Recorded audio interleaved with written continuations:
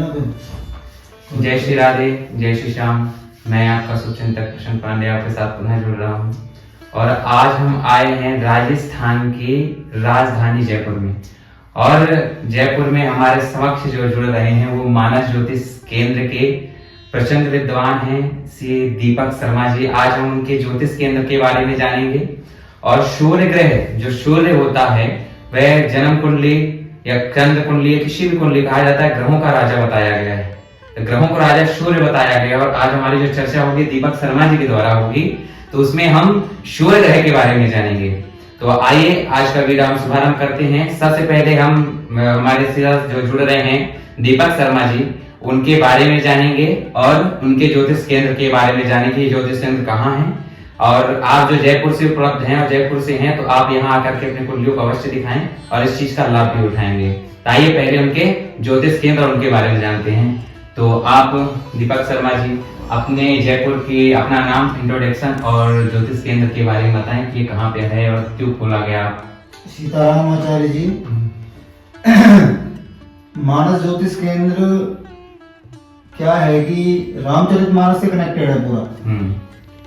बचपन से शौक रहा रामचरितमानस पढ़ने का। तो मेरे जो ताऊ जी थे जी, वो रामचरितमानस पढ़ा करते थे। बहुत मधुर आवाज थी उनकी, मतलब रामायण की चौपाइयों को गाने का एक अलग ही अंदाज था उनका। तो उनको सुन के हमको प्रेरणा मिली सर्वप्रथम।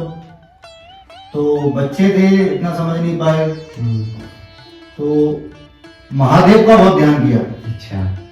प्रथम जो हमारी धार्मिक यात्रा रही वो महादेव से शुरू हुई।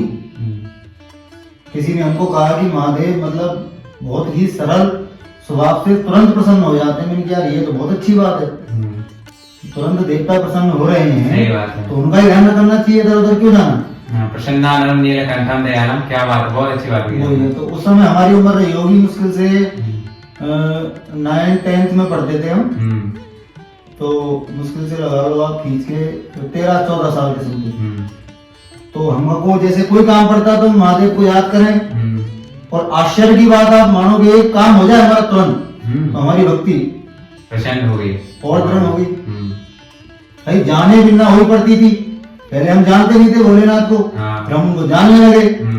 बिन पड़ती तो हो ही नहीं प्रीति, ज्यादा जानने लगे। सही बात है। तो प्रीति बिना नहीं भक्ति दृढ़ाई। जब ज्यादा प्रीति होगी तो भक्ति दृढ़ हो गई। जिन खरपति जल के चिकनाई, जल में चिकनाई मिल जाती है ना, अब वो महादेव से अलग कैसे हो। तो इस तरह हमारा यात्रा चलती रही महादेव की। तो एक बार क्या है, ताऊ जी हमारे रामचरितमानस का पाठ कर रहे थे और उस पाठ में वो कर रहे थे गरुड़ काव्य और गरुड़ संवाद का। अच्छा। तो उसमें हमने कहीं सुना कि मतलब भोले जी राम जी का भजन करते हैं। तो हमारे दिमाग में कि वो चीज आई, मैंने कि यार राम जी का भजन भोले जी करते हैं। मैंने कि राम जी कौन है। अच्छा, आपके आस्था जगी कि आपको राम जी के बारे में, अब मुझे राम जी के बारे में जानना है। तो जबकि पहले ये था कि मैं रामचरितमानस में अगर ढूंढता तो शिव जी का संवाद ढूंढता, जहाँ जहाँ शिव जी की बातें होंगी मैं केवल उनको ढूंढता। अच्छा। जब मुझे पता लगने लगा कि यार राम जी का भजन करते हैं, ते पुनि राम नाम दिन राती सागर जपई अनंग राती। यार ये तो राम जी को जानना मतलब ये पिता है, ये तो परम पिता है, जो दादाजी ठहरे भी इनको याद करो। तो धीरे धीरे शिव जी की कृपा से राम भक्ति उत्पन्न हुई। फिर कैसे राम के हो गए ये पता ही नहीं चला। ये आपका भक्ति मार्ग, अपने से भक्ति मार्ग। लेकिन आप ये ज्योतिष से कैसे जुड़े? ज्योतिष क्या है कि बचपन से ये कहूंगा कि मैं जेनेटिक, मैं इतना मैंने इसका कभी खास अध्ययन नहीं किया। ये मेरे मतलब ब्लड में मानो या कैसे मानो, ये जेनेटिक था मेरे। मतलब ये आपके जो गुरु रिलेशन आपके कुल है, कुल परंपरा के अनुसार ये चलता आ रहा है। नहीं ये मैं नहीं कह सकता, क्योंकि मेरे गुरुदेव ने जो मेरे को बताया। अच्छा।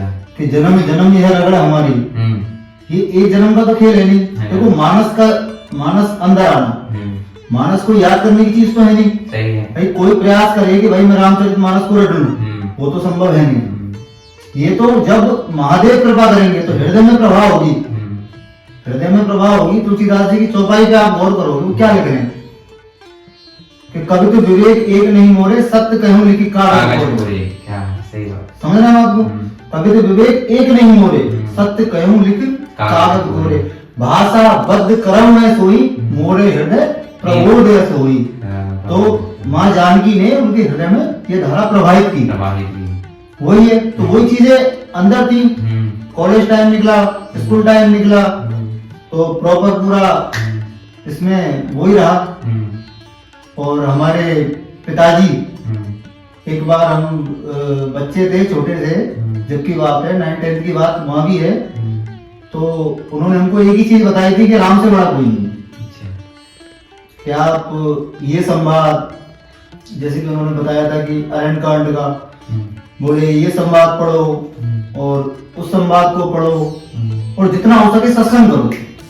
केवल इतना उन्होंने हमको हमारे पूरे मतलब पिता पुत्र के पूरे जीवन में केवल इतना सिखाया है कि राम से बड़ा कोई नहीं है। जहां भी जाओ किसी भी बहाने से सत्संग करो। केवल हमारे पिता ने हमको इतना सिखाया, उसके अलावा कुछ नहीं बताया। तो उसी चीज को हमने फिर फॉलो किया। तो कोई हमको मित्रगण मिलते तो, लेकिन ये चीजें अंदर से ऑटोमेटिक निकलती थी। ये आश्चर्यजनक बात थी सब लोगों के लिए भी, मेरे खुद के लिए भी, यानी हो क्या है। रामायण की चौपाई बचपन से ही मतलब अंदर चलती थी, तो चलता रहा पूरा ये सिस्टम। फिर बिजनेस लाइन में भी गए, काफी बिजनेस किया।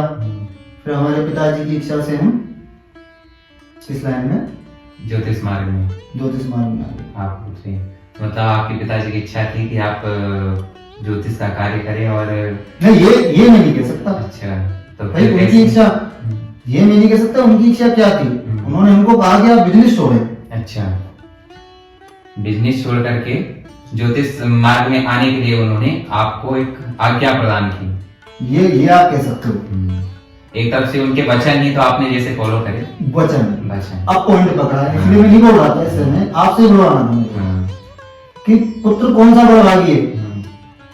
पुत्र को समझो, और इसी में हम सूर्य के चैप्टर को भी ले देते हैं। इसी में हम सूर्य के चैप्टर को भी ले देते हैं और पुत्र को समझो।